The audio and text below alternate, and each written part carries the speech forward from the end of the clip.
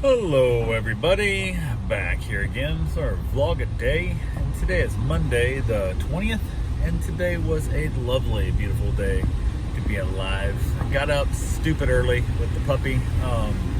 Yeah, that's the worst part of watching this dog, is literally getting up as soon as I have to get up for it.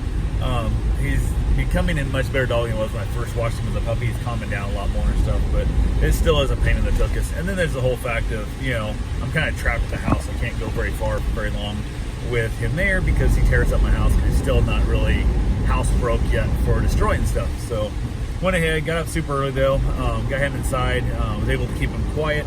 And basically the best way to keep him quiet in the morning is either to lay on the couch and put him up on my feet, or move the pit bull up on my feet. So basically the two of them don't play. So one of the two ends up at my feet at the bottom of the couch, and the other one just kind of chills out, chews on a bone, and waits for my wife to get up so she can get up and move about. So went ahead, got a couple of things taken care of, nothing major, just simple little stuff.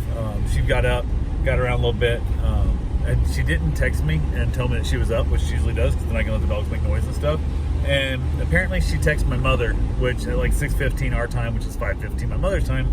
Luckily my mom airplanes her phone, so she didn't get it until she got up anyway, so it wasn't a big deal. So I asked my wife later in the day, I'm like, so why'd you text my mom at 5:15 in the morning? And she's like, oh crap, I thought I said that to you. So we kind of had a good little chuckle and laugh about that, so it all worked out fine. But got a couple things done around the house here. Simple little stuff outside playing with the dogs. Decided I was going to try and call over to the record shop that my father-in-law wants us to try and seek his help in selling off his record collection. And basically called the guy, asked if it was the owner, and he was like, it's Michael, and he's like, who's asking? I'm like, oh Jesus Christ, you're one of these idiots that has to know who's calling if they answer the damn phone. Like, who do you owe money to? Like, what the hell?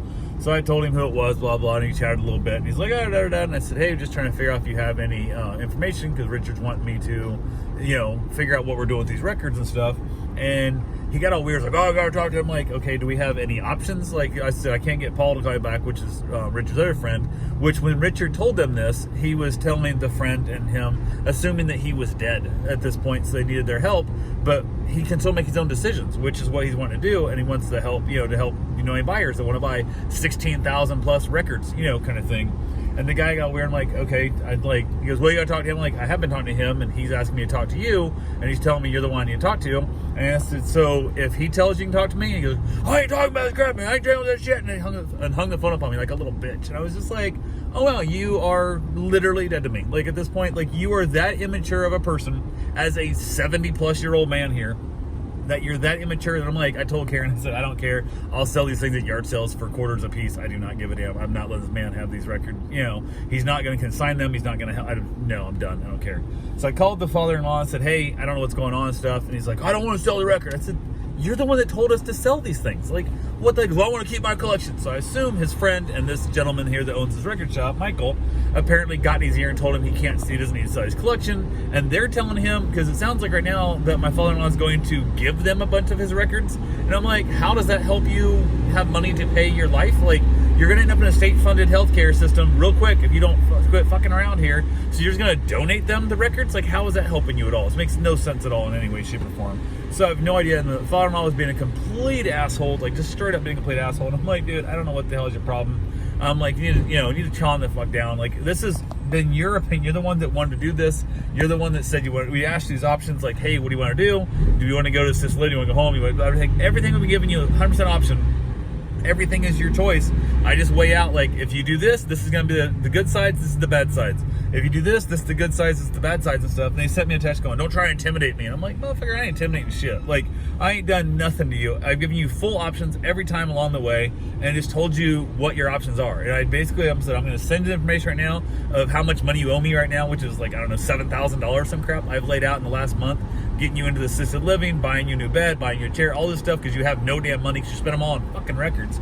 So now you're accusing me of intimidating you? And I'm like, I've been trying to do your best wishes. What the hell? And I was like, so I basically calmed down, did some other things stuff, got a couple things done, talked to my wife for a little bit. She called me, had some other things going on stuff, and kind of let her know what was happening. Ended up talking to my wife's cousin, which is the one she's going to go down to this weekend, hang out with. And we chatted stuff and kind of filled her in on the big beats of the different situations about her aunt having the wreck on Saturday and stuff. And, Karen's son, and just kind of filling her on different, how things are going through her life and what's happening and stuff. And basically, she didn't have a long to talk, and she goes, "Okay, bye." I said, "Well, next time you call back, I'll fill you in the crap that Richard's pulling right now and stuff." And she laughed. She goes, "Oh, that could take all damn day, couldn't it?" I said, "Yeah, pretty much. It is what it is." So went ahead, we kind of laughed and joked a little bit. I basically, the father-in-law now decides he wants to keep all these records. And I'm like, why? Why do you want these records? Like, you said there's no reason to have these records, because even if, you listen to them 8 hours a day, you couldn't listen to all the records you have now. Even if you listen to each one just one time through, you could not listen to them all before you die. Like, that's what you told us. Like, what the hell? Like, there's 16,000 plus albums here, and you figure the average album is what, like an hour? And some of these things are 4 or 5 album, compilations, so it's that much more you have. So, yeah, I just don't see that being the case. That's 2,000 days, if you listen 8 hours a day and stuff, and just nothing but that is 8 hour days of listening to these things. It's like, I don't see you living another 2,000 days. Maybe you do, maybe you don't, I don't know. But who the hell knows? You're the one that wanted to sell these things. So we offered to bring up the assisted living. We offered to bring in more. You said, "Oh no, 1,500 is plenty. Nobody should ever need more now. I'll just take my favorites, the ones I like listening to, yada yada." And then you act like we're trying to sell your records off or anything. You don't want to do this. And I'm like, I'm so over this crap. He makes agreements. He agrees to shit he was going to do. Everything goes forward. And then he changes his mind and screws up our plans and everything else. And just so many problems in this whole situation that's going on. And he's just a baby. He's just a damn childish baby. And it drives me nuts. So I calm myself down. Basically hit him up with some options of like, hey, here's where we're at. We could do this. We could do that and stuff. He goes, "Well, you want to help with this?" And I'm like, you never asked us to help with this. You never told us what you said you wanted. You said sell them because you couldn't take them with you. So we offered to take them to our house. You said, "Nope, sell them. You don't have room for them all. There's no reason to be at our house. Might as well sell them." And I'm like, okay. So now there's never been anything you've asked us to do. Never once anything you've asked me especially, or your daughter to do for you that we have not done for you. But then you act like we've never helped you in the world, and it just pisses me off with the non-gratitude you have of shit. So you basically climb up talking like, "Hey, we could do this, we could do this, we could do that. There's some other options. If this is what you're determined to do, this is where we're at." But also, just so you know, the annuity that we're pulling out of your money, you're not going to have much money left. By the time you pay back us and you pay off your teeth and the cat and all the other bills you have out there, because we don't want any other monthly payments involved, this is where we're at. This is how much money you have. This is where you have. At this moment, you'll have 6.5 months, and you'll be bankrupt. And in 6.5 months, if we don't get this figured out at this rate, you will end up in state-funded healthcare, and it will suck. They will take your house from you because we don't have the household by then. They will remove the house. The state takes it all, which means Karen gets no inheritance, which sucks for, and whatnot's going on. And then 2, they'll take your records, and they will give you literally, because the place you go will be a shared room. You'll have no stereo, might not even have your own TV, all this shit. So why don't we work this program so we can help keep you in the best case scenario of in a place that is somewhat at least tolerable in the process. So, and he's like, "Why are you still helping me?" I said, "What?" And he goes, "I was a complete asshole to you." I said, "Yes, you were a complete asshole to me. And I am a really, really great guy. That's the only damn reason for this, because I love your daughter and I don't want her to have any more stress in her life. But just so you know, you're pushing your goddamn limit." We've had the talk before. The reason puppies and babies are so damn cute is because when they shit on your floor, you don't mind it. You clean it up and you still hug and love them. You're not cute anymore. I'm really getting tired of your shit. And it's the point that at some time, we're just going to tell you, you're on your own, man. Just good luck with it all. Lose our phone numbers, because you're just a pain in the ass. And everything is, the biggest problem is you make an agreement, we agree on something, and then you go back on your word. And I hate a liar, man. I hate a liar. I hate somebody who says they're going to do something and doesn't do it, and it just pisses me off to no end. And then you treat me like shit. You're just a complete asshole to us stuff. All this thing just makes no sense at all in this whole process. And I even like, "Why are you putting up this?" I said, "Because I want my wife to sleep easy at night and not have to deal with your crap. So I'm taking the brunt of this abuse so she doesn't have to, because she's literally on the verge of a mental breakdown right now because of you." I'm doing everything I can to take any extra weight off of her shoulders as I can, and that includes putting up with your crap. But eventually, I'm just going to say, I don't want to put up with your crap either. So at this point, to save our marriage, we're both going to back away from you completely, and you're going to be on your own. And I don't want that to have to happen. So how about you just try being a nice guy, try being a little bit respectful, and try being a little bit appreciative, and move forward with your life. When you say you're going to do something, that's what you want to do, move forward with it and do it. Don't change your mind. Don't keep changing it. So we basically got him talked off the ledge. He also called my wife, and that's what really pissed me off. He called my wife at work and basically whined and boo-hooed about, I don't know what the hell it was, and I was pissed off. I told him, I said, I would love to have met you when you were, 35 years younger.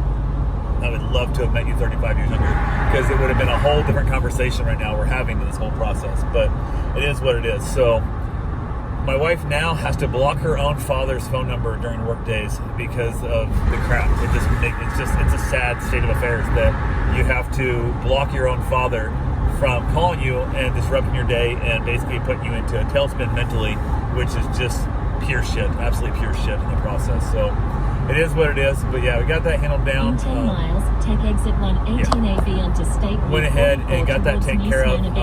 Got a couple other things done. Hung out with the dogs. Got that kind of just chilled out, whatever, whatnot. Had a couple other dog requests come in. Handled those and whatever. Gave the one dog back, and then Karen came home from work. We chilled out a little bit.